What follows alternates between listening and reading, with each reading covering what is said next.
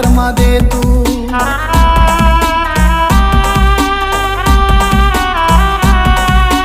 तिनावर येणारा संकट सगळा क्षण माटळू दे। तिनावर येणारा संकट सगळा क्षण माटळू दे।